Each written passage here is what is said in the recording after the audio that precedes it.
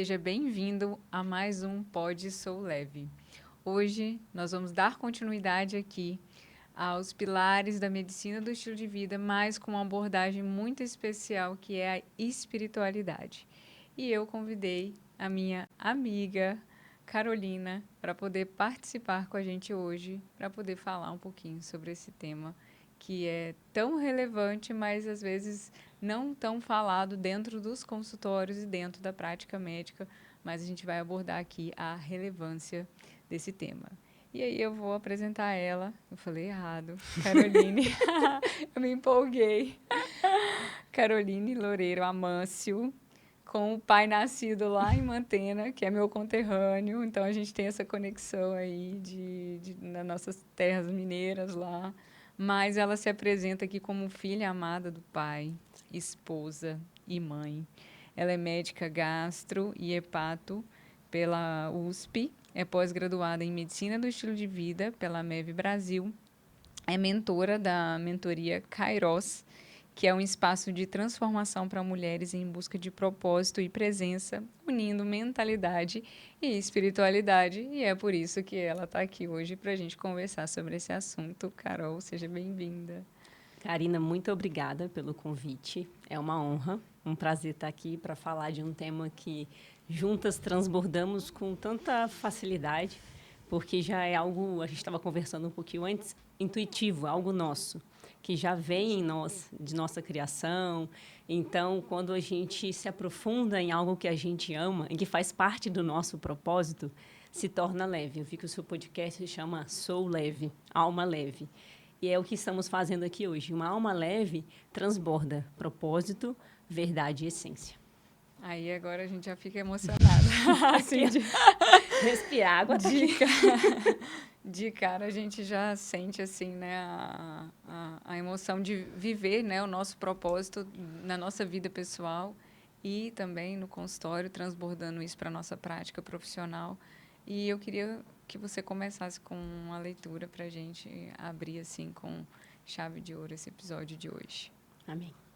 Eu estava aguardando na recepção e, você sabe, eu gosto de abrir a minha Bíblia e deixar fluir a mensagem que o Senhor deseja falar para nós. Mas antes disso, pessoal, eu gostaria de fazer uma pontuação. A espiritualidade e a transcendência na MEV, ela não está atrelada à religião, não está atrelada a uma questão de religiosidade em si, certo? E até com relação à crença que você tem, se é em Deus, se é na natureza, no universo, isso é muito individual e é de cada um. Não nos cabe aqui julgar, nos cabe respeitar. Porém, nós, cristãs, honramos essa origem.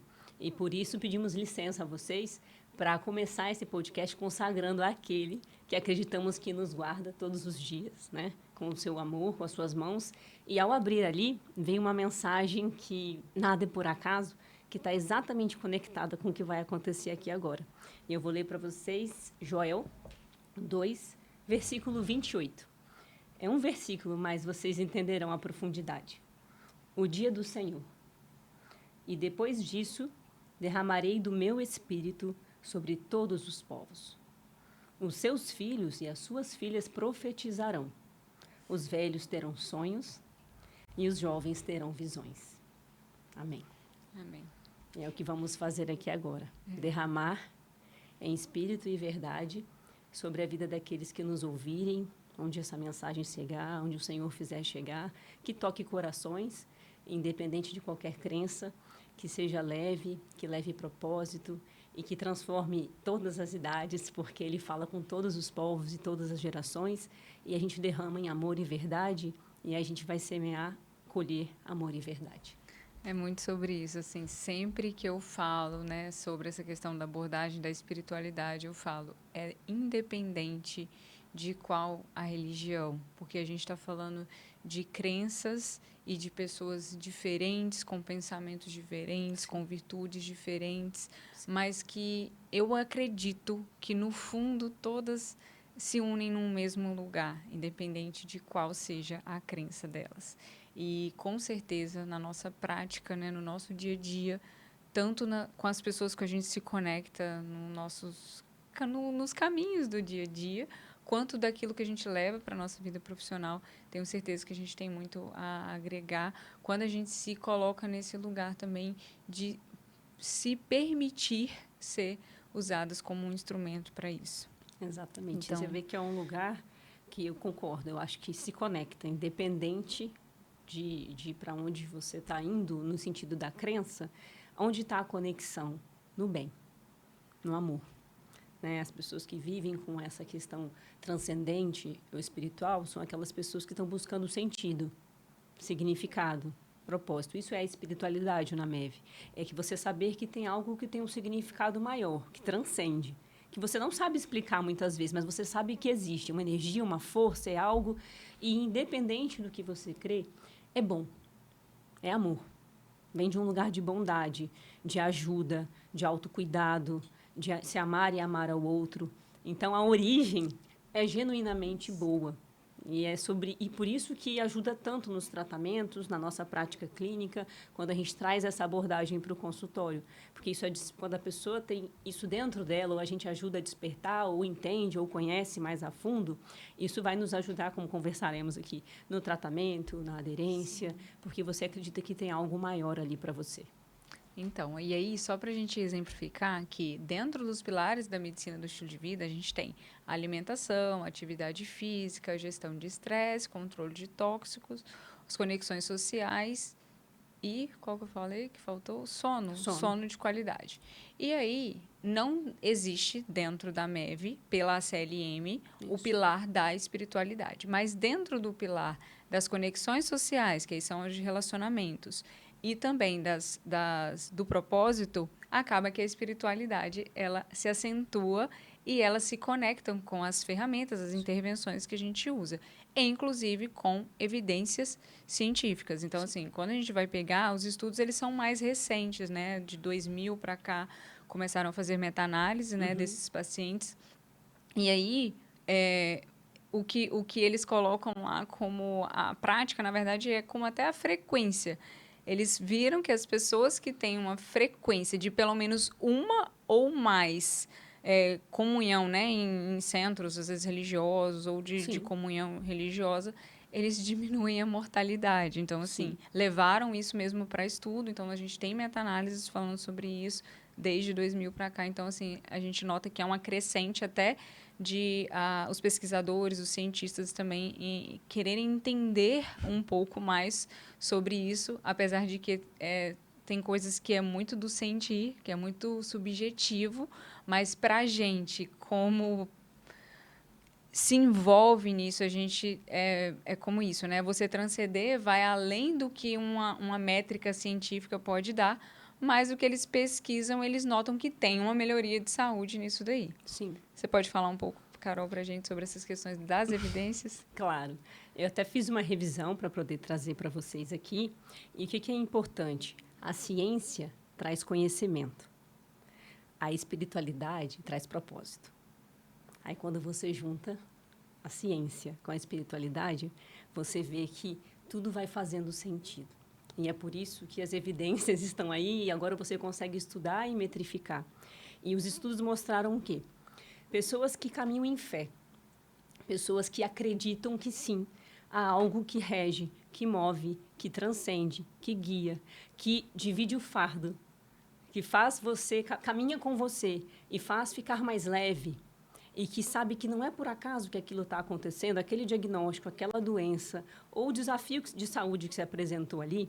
Olha que interessante, estudos mostram que reduz nível de pressão arterial, reduz nível de frequência cardíaca, reduz nível de infarto e AVC nas pessoas que têm espiritualidade trabalhada, ou seja, que têm hábitos de oração, que têm hábitos de meditação, que têm hábitos de autocuidado e de comunhão, porque tem a questão de você estar em oração e meditação consigo mesmo e com aquele que você acredita que está aí com você, como Deus, e você também tem um momento de comunhão. E aí é a força das conexões sociais.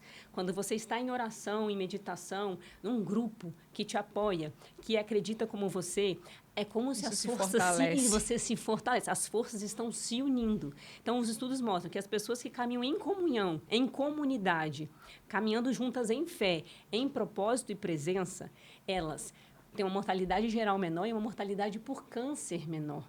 Elas têm menos ansiedade, menos depressão, menos taxa de suicídio e uso de substâncias abusivas, como álcool, drogas ilícitas, cigarro.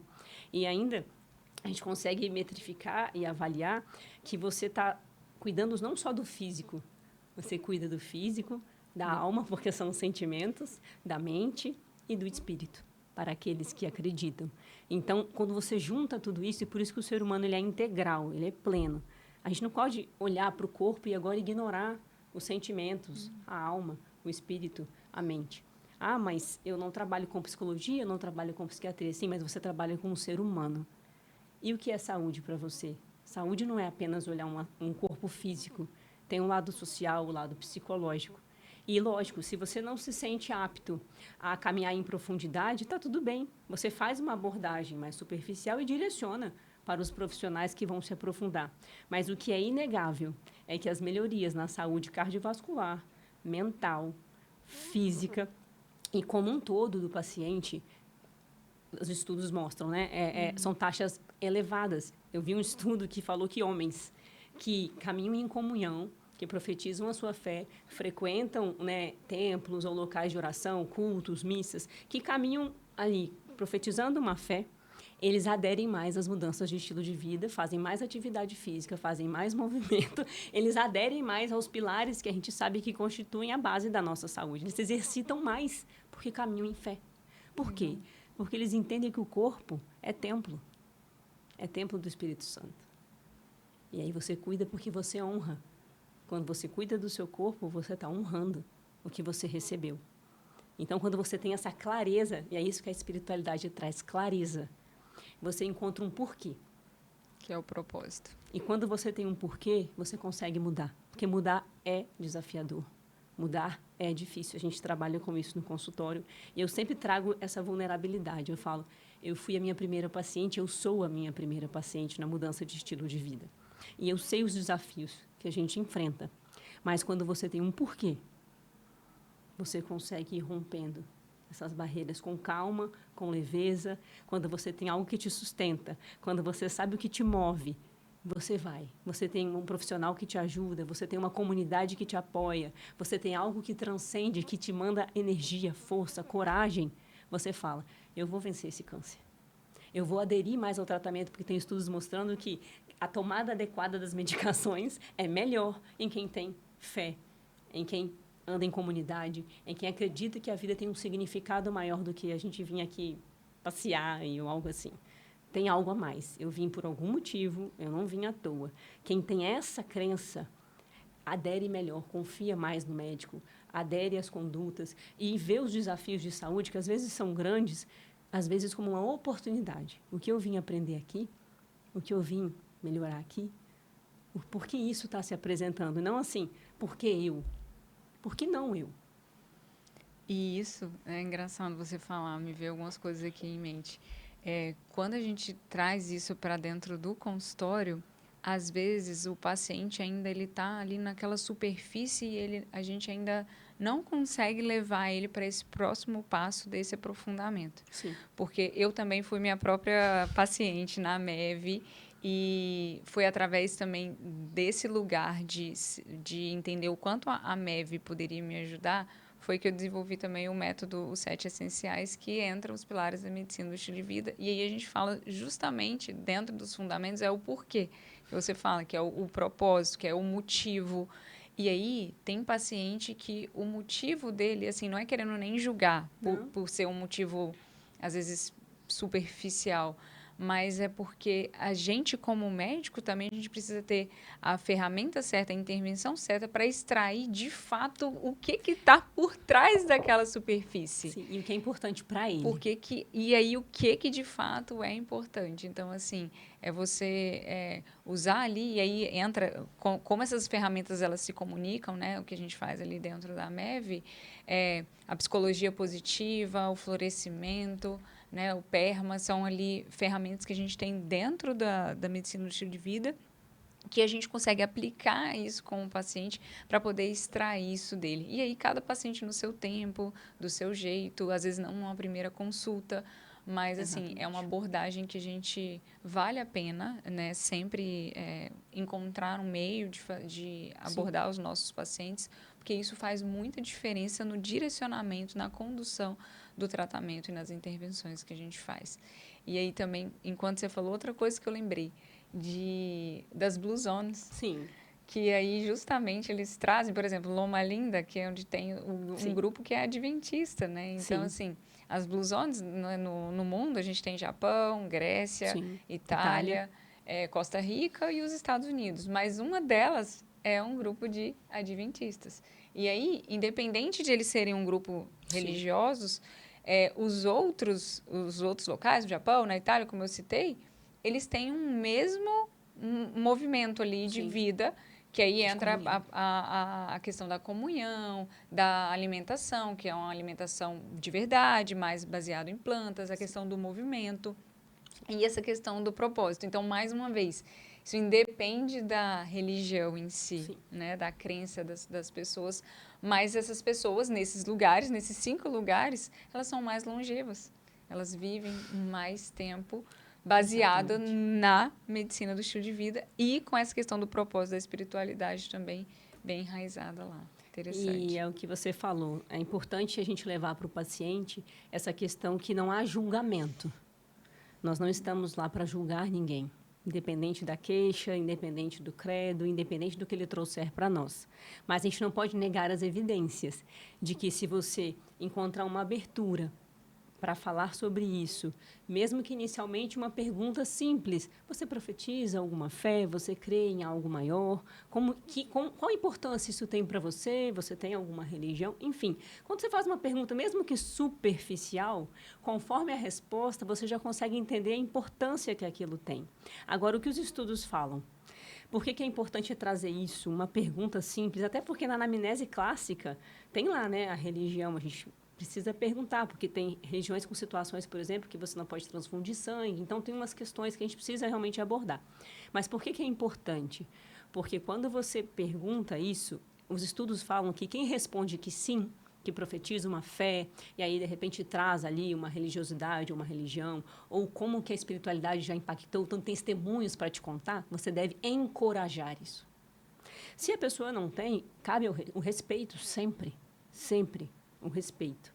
Agora, quando a pessoa, sim, te responde aquele sim, que ela acredita que é algo maior, aí sim, você se aprofundar, reforçar, encorajar, isso vai ter impacto positivo na sua conduta, no seu tratamento e nos resultados do paciente. É sobre isso. Então, agora que você já falou um pouco, mas assim, de dicas práticas, né? Outras assim, para colegas médicos, né, que assistirem a gente, de como trazer essa abordagem e às vezes do próprio paciente de como receber isso também sem julgamento, né, de a gente fazer uma abordagem, porque o que a gente faz de prática pessoal, a gente não mistura com o que a gente traz para nossa prática médica, mas de como a gente consegue trazer essa abordagem, né? Falar um pouco mais sobre isso e para o paciente que está recebendo isso também, né? Sim. Eu costumo dizer que dos últimos pacientes que eu abordei em relação à espiritualidade, foi em um momento de perguntar sobre, assim, qual é o momento que você tem para você? Sim. Qual é o momento que você tem de autocuidado, um momento sozinho? Porque, assim, muitas questões, às vezes, mulheres, mães, né, que trabalham, Sim. ou também homens também, né, que têm uma rotina agitada. E aí você perguntar, né, qual é o momento que você tira para si, para um momento, assim, de se reconectar. E aí alguns deles falam, né, eu costumo ler a Bíblia, por exemplo. Aí eu pergunto, mas você está lendo? Ai, nossa, tem tanto tempo que eu não faço a leitura. Então, justamente, né, eu convido para poder resgatar esses hábitos que levam a essa questão da conexão. Então, eu queria que você falasse um pouquinho também dessas abordagens práticas, né, para a gente usar no consultório, se é alguma ferramenta, né, ou alguma forma de abordar o paciente e essa recepção dele também. Existem algumas ferramentas, como a ferramenta Hope, a ferramenta FICA. A FICA trabalha a fé, a informação, a comunidade e a ação, que é justamente isso. Você perguntar sobre a fé do paciente, ou se ele, né, frequenta algum local, alguma igreja, o quanto que isso é importante, quais as ações que ele tem. Então, é uma ferramenta que você pode aplicar no dia a dia. Eu vou confessar para você aqui que eu, Caroline, não fico preocupada com essas ferramentas. Eu sei que elas existem, mas isso vem de uma forma muito intuitiva. Como eu vou muito nesse caminho que você falou do autocuidado. Porque é a gente se amar e amar o outro. Então, eu pergunto assim, você tem alguma prática de oração, de meditação, de pausa, de momento para você na sua semana, na sua rotina, no seu dia a dia? Porque aí você já vai entendendo o que é importante para ele, se ele não para, por que ele não para? Que correria é essa, né, que a gente vive hoje, que a resposta mais comum que a gente ouve é a correria, né? A gente fica tentando entender de onde veio tudo isso e onde isso vai dar, porque é tanta correria que a gente, cadê o propósito nisso tudo? Né? A gente está correndo atrás de quê? A gente está vivendo ou sobrevivendo? E aí as reflexões começam. Então, sim, tem as ferramentas. No Hope, fala de esperança, né? Onde você deposita a sua esperança? Então, você pode falar como fé, você pode falar como espiritualidade, você pode falar como esperança, né? O que é uma prática espiritual sua, que está na ferramenta Hope? O efeito que isso traz para você, o impacto que isso tem na sua vida. Então, como que você organiza a sua rotina? Mas, no final, é você perguntar. Você ora, você medita, você faz uma pausa, isso é importante para você? Como você acha que isso mudaria agora? A sua posição diante desse diagnóstico? Isso te ajudaria na nossa conduta? Porque eu falo que a conduta ela é uma parceria. Aí eu brinco sempre com meus pacientes assim, eu não vou para casa com vocês, a minha voz vai, mas eu falo muito, mas eu não vou. Agora, quando há essa parceria, é um combinado. A gente faz combinados. Na MEV é assim, né? A gente faz combinados. A gente estabelece ali metas juntos que fazem sentido para o paciente. É o sentido voltando, o significado voltando. Então, diante disso, você vai entendendo. Por isso que não existe receita de bolo, pessoal. A consulta ela é única e o paciente é único. Você vai se guiar pelo que ele te entregar. Para alguns vai ser uma coisa mais superficial, para outros você já vai poder aprofundar. Existe até um roteiro de uma anamnese espiritual para quem quer aprofundar nesse pilar, na MEV. Então, eu falo que tem para todos. Agora, o que a gente não pode deixar é de abordar, mesmo que de uma forma sutil. Porque, independente de qualquer coisa, Karina, a pausa, a presença. Eu estou aqui, eu estou aqui. Eu não estou pensando no meu filho na escola, do meu marido buscando ele, como que vai ser. Não, eu estou aqui. Focado nos seus olhos, nas suas palavras e entregar, né, um conteúdo que realmente vai impactar a vida de alguém. E quantas vezes a gente não está aqui? Nossa cabeça está aqui, já está no próximo passo, ou já está lá atrás, pensando, se culpando por algo que aconteceu. E aí a culpa, o medo, a raiva, tudo isso é contrário à fé. É a certeza daquilo que você não vê. Então, a gente precisa, quando faz pausas, a gente já começa a se conectar com uma coisa que é muito importante. A gente falou muito aqui de transcender, de algo maior. E a sua conexão com você mesmo? E a sua conexão com a sua essência? Com a sua centelha divina que nasceu com você? Com o seu coração? Como está o seu coração? Está pesado? Está leve? Está ferido? Está magoado? Então, a transcendência, o que tem sentido, não é só você olhar para fora. Você tem que olhar para dentro, porque nós acreditamos que quem mora dentro de nós é o Espírito Santo. O reino dos céus é aqui. Ele habita em nós. Eu estou olhando para fora e não estou olhando para mim? Amar ao próximo como a ti mesmo nunca foi mais. Nunca foi servir, trabalhar com performance e não olhar para você. E para o que é importante para você. Então, a sua essência está aí. O seu coração está aí. Muitas vezes precisando de cuidado, de uma pausa, de um abraço. E lembrei de uma coisa importante. Um artigo falava sobre perdão, gratidão, otimismo e fé. Os pacientes que praticavam mais atitudes de perdão reduziam o cortisol, inibiam a amígdala, que é o centro da raiva, ativavam a córtex pré-frontal, liberava mais dopamina, serotonina, motivação, alegria, humor, prazer. Quem praticava, tinha atitudes mais otimistas, de fé, também caminhavam para uma vida de mais leveza, aumentavam os neurotransmissores do bem-estar, do humor. Então, gratidão libera ocitocina, o hormônio do abraço. Então, gratidão, perdão, otimismo, fé, são ferramentas que mexem nos nossos neurotransmissores. é neurobiológico. Então, não tem como a gente encerrar esse podcast sem falar que ciência e fé, sim, caminham juntas. Não são algo separado. Com certeza. Linda, linda, linda demais. É sobre isso. Interessante sobre essa abordagem que você trouxe, quando você falou da essência do eu me vi ali naquele lugar e tem coisas que a gente acha que é tão óbvio para todo mundo, mas que na prática, quando você vai para o dia a dia, você vê que não é. Sim. Porque hoje, para mim, não existe uma busca que não passe pelo eu primeiro, para depois transcender e chegar no Deus. Porque essa conexão pessoal é que me leva para esse lugar com Ele, mas começa por mim. Sim. Nessa busca.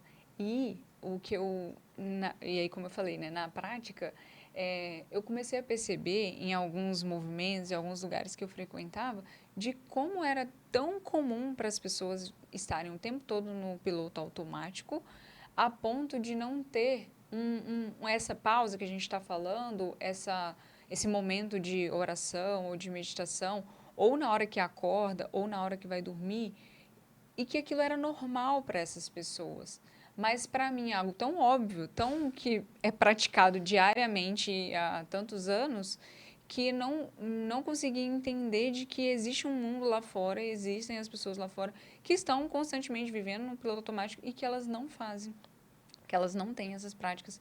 Então, conversando assim com alguma delas e entendendo que não existia isso, foi um dos motivos que eu comecei também a trazer isso para dentro do método, né, dos 7 essenciais, dentro do consultório, para poder despertar um pouco isso nas pessoas, de fazer com que elas, quando chegam, né, no consultório para a gente, vem por uma queixa gastrohepato ou vem para uma queixa endocrinológica, e a gente tem, eu sempre costumo dizer, né, tem a meta do paciente e tem a meta nossa como médica para questões de saúde. E como a gente trazer todas essas abordagens para a melhoria de qualidade de vida do paciente, que faz todo sentido. Então, assim, a gente prescreve, né, esses hábitos de medicina do estilo de É uma vida. construção, eu E gosto de falar. aí, isso, e a gente, né, tem um tempo de construção, Sim. tem a gente olhar para o que é mais urgente naquele momento, Sim. qual é o pilar que a gente precisa organizar primeiro, mas esses pontos de conexão do autocuidado, do paciente também vir como protagonista, né, do seu tratamento, de trazer, tirar da superfície ali, trazer para com mais profundidade o que de fato é o propósito daquilo, a importância daquilo e ajudar a conduzir o paciente a resgatar um pouco disso também na sua prática diária. E não só com os nossos pacientes, né? Eu acho que acaba que no final das contas a gente difunde isso também com as pessoas que a gente se conecta. Então, assim, Transborda. Transborda. É de praxe, né? Todos os dias, né? No momento ali matinal, nas orações, de pedir para fazer, Deus, você pode, me usa como instrumento. Assim, pode ser qualquer pessoa, pode ser tanto o paciente ou qualquer outra pessoa. Eu permito, né, que você me use nesse propósito. E aí, às vezes, acontecem coisas, né, Sei assim, como é. assim, acontecem, às vezes é uma palavra, às vezes é um abraço, às vezes é um elogio, às vezes é uma coisa muito pequenininha, mas aí, na hora que acontece, você sente que tem Deus naquele lugar. Então, assim, quando a gente se permite, né, viver isso, experienciar isso, a nossa vida ela fica muito mais leve, muito mais feliz, como você citou, essa questão do trabalho constante, de performar, de estar o tempo todo com muitos afazeres e às vezes perder um pouco dessa questão da sua essência com você mesmo, da sua essência com Deus. E na nossa prática, né, a gente está sempre revisitando isso, sempre olhando para isso, se conectando com isso, transformando isso. E quando a gente chama o paciente também para esse lugar, para a gente ajudar ele a construir esse caminho que é tão importante. O que eu posso dizer que me ajuda muito é porque na minha vida eu já fui essa. E eu sou muito vulnerável na consulta e isso impacta o paciente e aumenta a conexão. Porque eu já tive burnout, eu já tive depressão, eu já fui workaholic, eu já tive uma alimentação péssima, não cuidava do meu sono, dormir não era uma opção, dormia poucas horas, trabalhava muito, lendo, estudando. Então, assim, por isso que eu falo hoje de carteirinha. Esse piloto automático que às vezes a gente se coloca, você falou assim, nossa, para mim não era óbvio. Eu falo muito assim, o óbvio que precisa ser dito. Sim, o óbvio precisa ser dito, porque, por exemplo, para mim que estava nesse movimento lá atrás, eu não percebia, era como se fosse normal. Porque o ambiente em que eu circulava era assim que era. Era de muita correria, eu trabalhava em 3 cidades diferentes. Então, assim, fazia parte, assim, faz parte, não estou fazendo nada errado. Assim, é isso, né? Acabou a residência, tem que trabalhar, é isso mesmo. Eu não achava que tinha nada errado na minha conduta de chegar sexta-feira, ter que tomar um anti-inflamatório, um relaxante muscular e um analgésico para dormir, porque estava toda travada, ficava dirigindo muito, uma postura muito ruim. E aí, sábado, acordava lá 11 horas da manhã, meio-dia, e está tudo bem, aí ficava ali na televisão, fazia alguma coisa, nenhuma atividade física, nada ao ar livre, nenhum esporte. E a minha conexão com Deus era assim, eu sempre falo para os pacientes, eu venho de uma família cristã, que foi o maior presente que os meus pais me deram, que foi me apresentar Jesus. Mas era assim, bom dia, Deus, boa noite, Deus. E aí, quando algo acontecia, algum desafio maior acontecia, joelho no chão e uma oração mais fervorosa. Então, não havia uma conexão. Quando eu preciso, eu peço. E ele é tão compassivo que muitas vezes ele ouve. Mas não havia momentos de entrega, de leitura, de meditação, de respiro. Era muito corrido, não dava tempo. Não dá tempo, não dá tempo. E o que é o tempo, né? Se não a moeda mais preciosa que a gente tem, porque ele não volta. Dinheiro vai, você ganha, perde, vai e volta, certo? Energia, você descansa, recupera, né? O estresse você cuida, mas e o tempo? Kairos é o tempo oportuno, é o tempo de Deus, é o tempo certo. Só que esse tempo, ele é diferente para nós. O meu tempo não é o seu tempo, porque nós somos únicos. E eu falo que o mal desse mundo hoje chama-se comparação. A pessoa vive olhando para fora e não olha para dentro. Olha para o outro casamento, olha para o outro relacionamento, olha para o outro consultório, olha para o trabalho do outro, para a vida do outro e não olha para a sua. Isso é a pior fuga que tem hoje, que está drenando a saúde mental dos nossos pacientes. Então, na verdade, não existe comparação. Por que eu falei filha amada do Pai? Porque a minha identidade é Ele quem definiu. Não importa o que vão dizer de mim. Não importa o que vão achar. Hoje eu não me importo mais, mas eu já me importei. Eu já tive uma autoestima baixa, eu já tive muita ansiedade, eu já vivi para agradar ao mundo. Servi muito ao mundo, mas a mim, nada. Então, hoje, quando eu converso com os pacientes, eu conto as minhas histórias, eu dou os meus, sempre. A gente conta. E com toda a paz do mundo, porque é preciso entender que o médico é um ser humano. Não é porque eu estou do lado, né? Nós estamos do lado de cada cadeira. Eu brinco assim, que eu não tenho doenças, que eu não tenho restrições físicas, que eu não tenho desafios emocionais, espirituais, mentais, físicos, em todas as áreas da nossa vida. Só que a gente tem que entender que a gente não é uma pizza. Aprendi isso na minha mentoria Transcenda com a Carol Rasch. E não somos mesmo. Porque, assim, se eu estou cuidando do profissional e eu estou esquecendo o resto, essa corda vai romper. É igual os pilares, os 7 pilares. A gente vai buscando, eu falo que é o equilíbrio no desequilíbrio. O que está mais desequilibrado, eu vou dar mais atenção. Isso automaticamente vai puxar o outro pratinho e a gente vai caminhando assim com paz. Falei com a paciente hoje. É sem pressa. A gente não vai resolver tudo num primeiro encontro. E está tudo bem. Vamos ver o que a gente está precisando hoje. E vamos avaliar e decidir o caminho que a gente vai seguir. Então, na verdade, essa pressa nos rouba de nós mesmos. E aí, se você está priorizando muito uma área da sua vida, um pilar, e esquecendo os outros, uma hora ruim. Vai cair. Vai ruir, a gente sabe disso. E quando eu tive minha estafa, minha exaustão, foi nada mais do que isso. O meu emocional não aguentava mais. Era muito perfeccionismo, autocobrança. Na medicina, a gente tem muito isso. Autocrítica, autocobrança, peso, desde a faculdade, do vestibular, eu sou da época, lá de trás, né?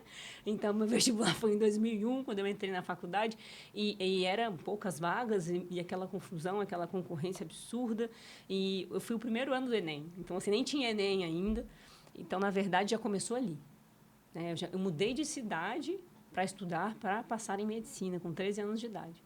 Já veio um peso ali, e você não para pensar, porque você está no automático. E aí, todo o resto vira supérfluo, né? Todas as outras áreas da vida, o lazer, a espiritualidade, você mesma, você vai se deixando de lado. Então, quantas pessoas hoje que podem estar nos ouvindo não estão se identificando com a nossa história, com o que a gente está trazendo aqui? E por isso que hoje eu me apresento e me apresentarei sempre assim, para eu não esquecer. Porque é um trabalho diário. É um trabalho diário. Isso, a gente escorrega, a gente tropeça e a gente essa volta. Essa sua fase de mais crítica da vida, assim, que você traz, foi na época que você foi para a faculdade? Na verdade, não. Eu fui para a faculdade, depois eu fui para São Paulo, fiz minha residência, fiquei 5 anos lá e eu falo sobrevivendo. 100 horas por semana de trabalho, fiz HC, agradeço muito por isso, honro minha história lá, aprendi muito, voltei com uma bagagem muito boa, mas muitas expectativas. E não tem nada pior do que você ser uma pessoa controladora. Porque criar expectativa, você acha que tudo vai acontecer do jeito que você imaginou. E aí você volta cheio de sonhos, né? Você sai ali de uma residência muito boa, em que eu tinha acesso a várias formas de tratamento, dos mais complexos possíveis, e você via ali os pacientes evoluírem, melhorarem e tal. Tinha desafios? Tinha, mas era muito bom. Era muito bom você prover para o paciente o que ele precisa para ele poder melhorar. Por isso que a gente sofre isso. Sofre na residência, mas no final a gente gosta. Né? Saudades. Saudades. Só que bom. Quando você vai para o mundo real, ele não é mais aquilo que você viveu na residência. Ele é um mundo real. E, para mim, se apresentou muito diferente das expectativas que eu criei. Então, teve um desbalanço, sabe, entre as expectativas que eu criei, com a formação que eu tive, com a bagagem que eu estava e o que eu encontrei. Mas hoje, com essa maturidade espiritual que eu tenho, porque os testemunhos vêm para isso, é assim que Deus faz, eu entendo que nada foi por acaso. Porque lá foi trabalhado em mim a arrogância, o orgulho, o ego. Porque nada mais é que isso. Você faz uma boa faculdade, você faz uma boa residência, a gente é humano. A gente tem ego, a gente tem orgulho, a gente acha assim, não, eu estou muito bem, eu sou muito bom, então as portas vão se abrir, uau, vai dar tudo certo. E aí você chega na vida real e às vezes não é isso que vai acontecer. Então, se você não souber quem você é de verdade, se a sua autoimagem, como era o meu caso, está fixada no seu profissional e o seu profissional não está correspondendo às expectativas que você tinha, você se sente o quê? Um lixo. Você não se sente amado, você não se sente visto, você não se sente valorizado porque as suas expectativas não estão se cumprindo, mas porque a sua autoestima está ancorada no trabalho, na performance e nos resultados do seu trabalho. Não está ancorada na sua verdadeira identidade, que nunca vai mudar, independente do que você faça. Então, aconteceu o que aconteceu porque eu precisava buscar essa clareza que eu tenho hoje. A cura emocional dessa adulta mimada, e eu reconheço que olhava e falava assim, não, tudo vai ser do jeito que eu estou imaginando, super organizada, metódica. Tá, oh, Deus. Aí Deus olhou e falou, eu conto ou você conta? E ele foi lá e falou, tá bom, ela vai precisar viver isso. E não foi do que eu esperava, mas foi como tinha que ser. Para eu reconhecer com humildade hoje tudo isso que eu estou falando e falo e reconheço. E é interessante por isso que é testemunho, porque quem me conhece há muito tempo sabe do que eu estou falando. Me conheceu nessas outras épocas. E assim, eu brinco que uma coisa eu honro, que é o meu coração. Eu falo que o meu coração sempre me protegeu, ele sempre foi bom. Eu nunca passei por cima de ninguém. Eu nunca atropelei ninguém. Eu tinha princípios e valores muito claros. Mas tinha um ego que queria aplauso. Tinha uma autocobrança absurda. Tinha um julgamento do outro absurdo. Mas eu me julgava muito mais. Era pesado entrar no consultório. Porque eu me cobrava dar o melhor, fazer o melhor, ter o resultado. E se o paciente não tinha resultado, e não porque a conduta não foi adequada, mas é porque não depende só do que você está prescrevendo, depende de tantos outros fatores, como a gente está falando aqui, eu trazia para mim culpa. Eu trazia para mim peso. O que eu fiz errado? Onde eu errei? como pode? Quando eu recebia pacientes dos consultórios da vida com condutas estranhas, você sabe o que eu quero dizer? Né? Que a gente está se deparando hoje com o lado A e o lado B da medicina, o atalho é verdade, eu até fiz um post sobre isso. Quando chegava o caminho do atalho, nossa, eu acho que eu saía carregando uns 100 quilos do consultório nas costas, porque eu internalizava tudo, respirava, era ética, mas gastava 30, 40 minutos para explicar o porquê não daquela conduta, ficava revoltada, indignada, com raiva, e chegava em casa e transbordava tudo no marido. E aí levava para dentro de casa um peso que não era necessário e que nem era meu. Porque a gente não tem controle sobre o outro. Essa pessoa precisa, literalmente, de compaixão e oração. Então, hoje a minha conduta é muito diferente. Eu oro por ela, de verdade, e com o paciente eu sou leve. Eu falo assim, olha, esse não é o caminho que eu sigo. Eu sigo um outro caminho. Você fica à vontade. E ele escolhe. E ele escolhe e a gente segue. Geralmente a gente segue junto. Então, assim, mas com respeito, com verdade. Antes não, era com peso. Era com raiva. Eu trazia a indignação de, às vezes, ver um paciente que estava saudável e ganhar uma doença, porque dói. Não vou mentir que não dói, ainda dói. Às vezes eu pego um paciente que tinha um fígado ótimo e voltou com uma hepatite, que voltou com os hormônios todo bagunçado, que eu tenho que correr para o endócrino. Karina, pelo amor de Deus, como já fiz. Dói, mas eu preciso entender o que é meu e o que não é meu. Porque antes eu carregava tudo como se fosse meu. E tem coisas que eu falo, pai, o senhor é o juiz. Cuida. Mas é justamente por isso, né, que a gente se conecta, a gente encontra colegas que Sim. caminham, né, na nossa medicina baseada em evidência científica, com nossos propósitos e traz isso para a nossa prática para poder ajudar e desenvolver os pacientes. Que a gente continue propagando isso, né, e que a gente seja voz, que a gente consiga levar isso para as pessoas, que acaba que o que a gente falou aqui, né, a medicina do estilo de vida é a base de qualquer tratamento hoje. Sim. Então, assim, como você falou, não existe atalhos. Sem mudança de estilo de vida, qualquer tratamento ele é temporário. A gente precisa trazer isso e, às vezes, os que buscam esse atalho acabam levando a doença e não a saúde. Exato.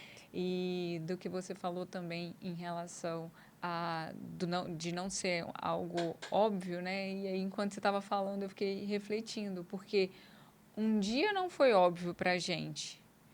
E aí, no meio do caminho, se tornou óbvio.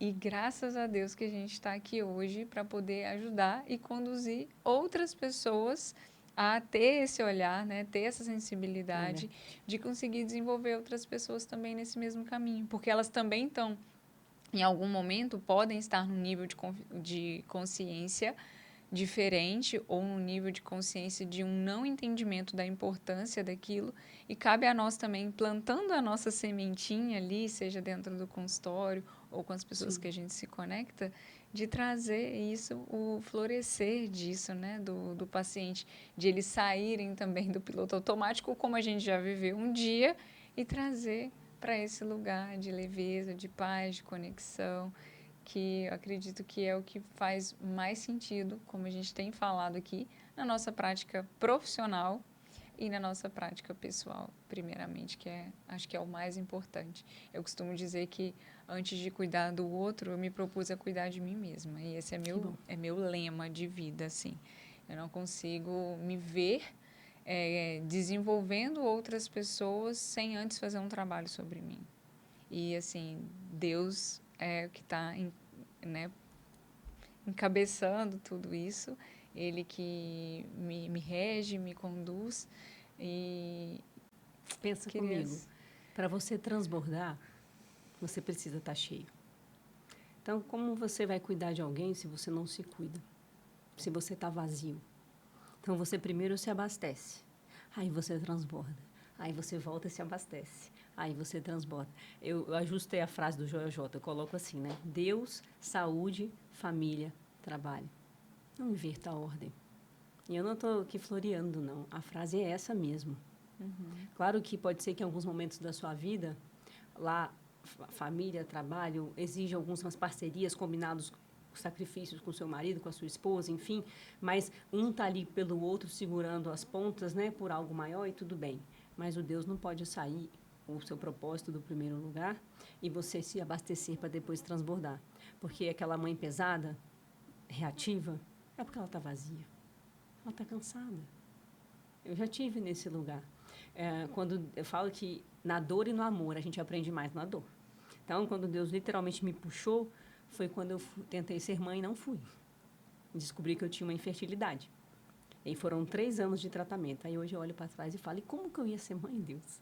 Naquela confusão, com aquele estilo de vida todo bagunçado, 15 grupos de WhatsApp na empresa que eu trabalhava, entrava a madrugada dentro, fazendo coisa, conversando, resolvendo coisa. Não tinha limite, era uma coisa assim, sabe? Então, se eu não cuidava do meu templo, como que eu ia cuidar de uma criança? Como que eu ia gerir uma criança?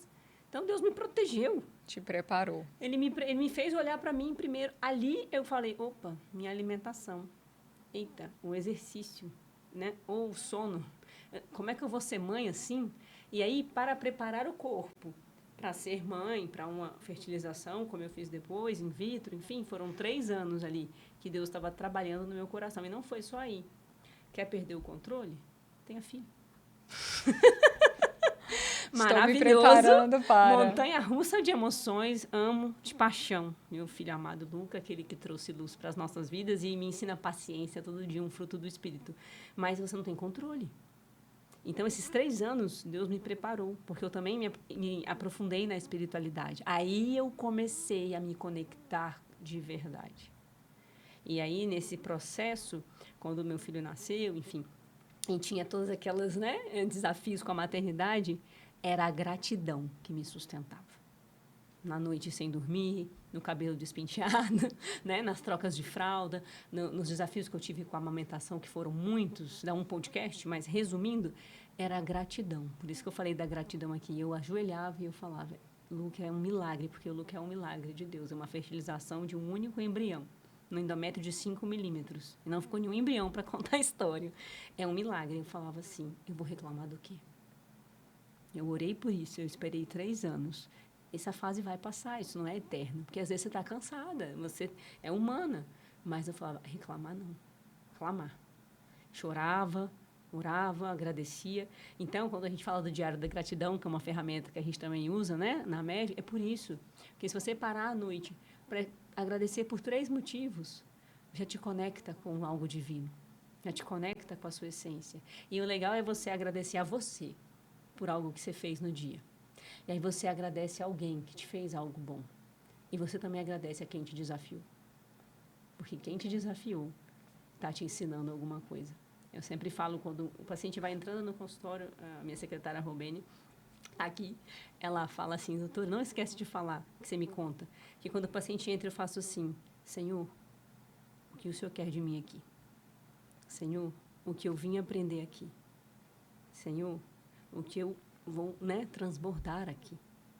Porque cada consulta é uma consulta. E eu aprendo bastante. A gente transborda e a gente aprende. Tem consultas desafiadoras, eu já começo, Senhor, me mostra. Respira, bebe água, tira o julgamento, tira a crítica, tira as emoções que às vezes bagunçam e pensa, aí entra a compaixão, que é outra emoção também importante, né? Quando você olha e fala, é um ser humano que está bagunçado, nem ele está sabendo. Então, como é que eu posso tentar ajudá-lo a se reencontrar com ele mesmo e com o que é importante para ele? E tudo isso faz parte do pilar espiritualidade.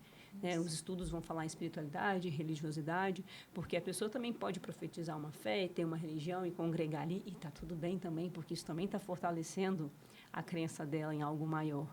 Mas não tem dúvidas que isso faz parte, fará cada vez mais, e eu falo que no consultório é o pilar base dos pilares do estilo de vida.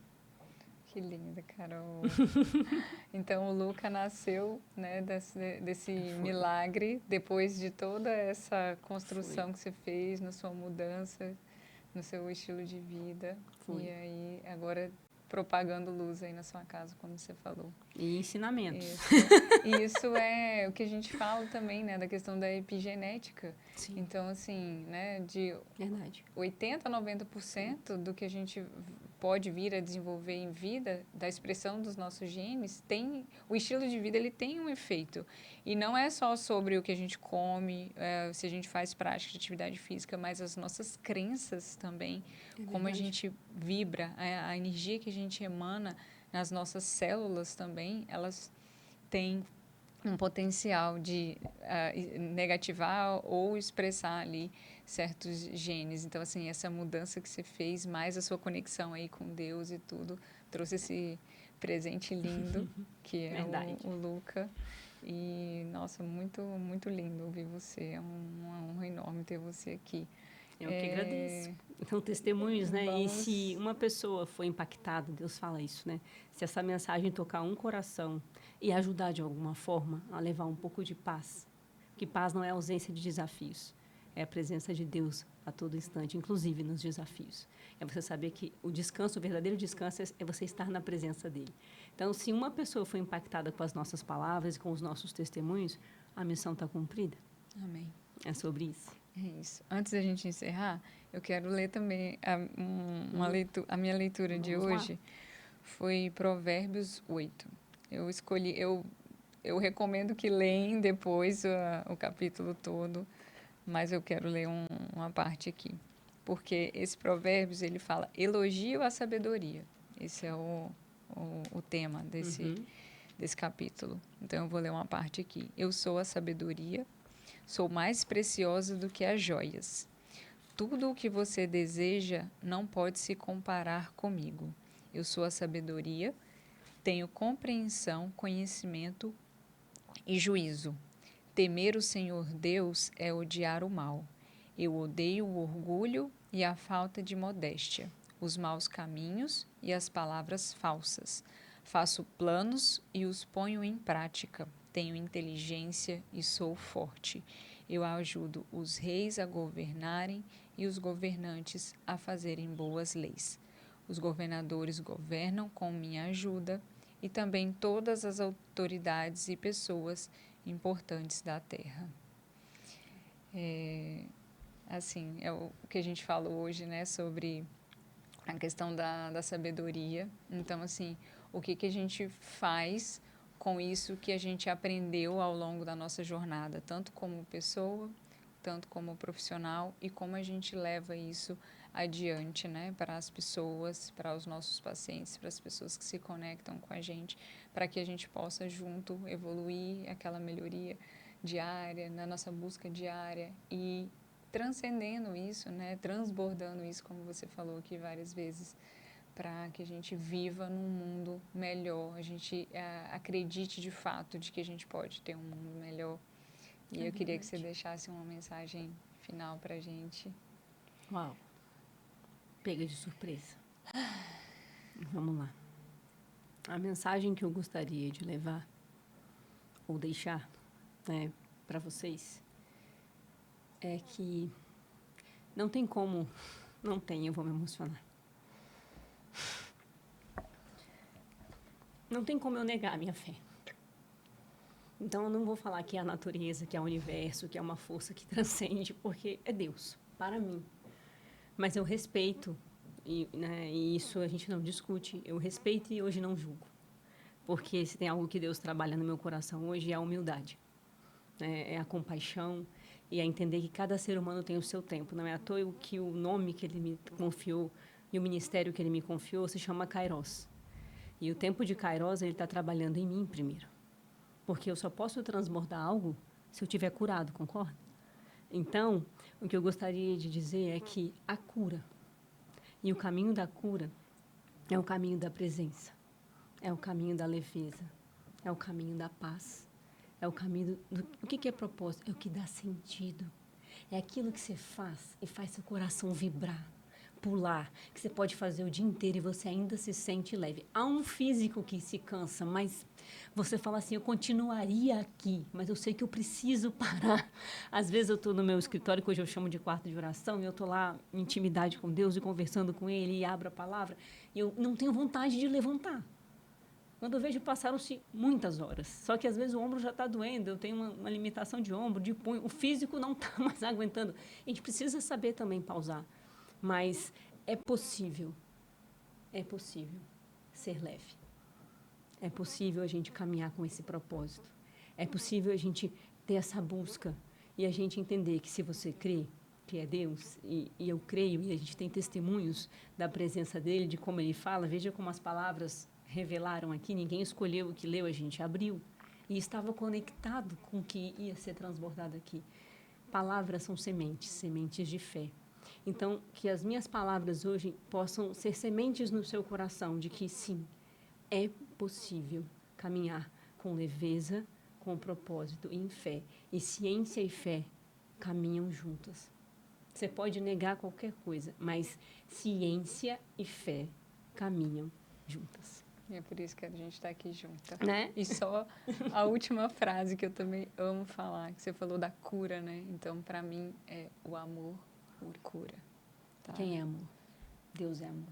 É isso. E Ele está em todos os lugares, em todo instante, a todo tempo. Então, para encerrar, o fruto do Espírito Santo, né, em Gálatas 5, 22, 23. Amor é o primeiro fruto.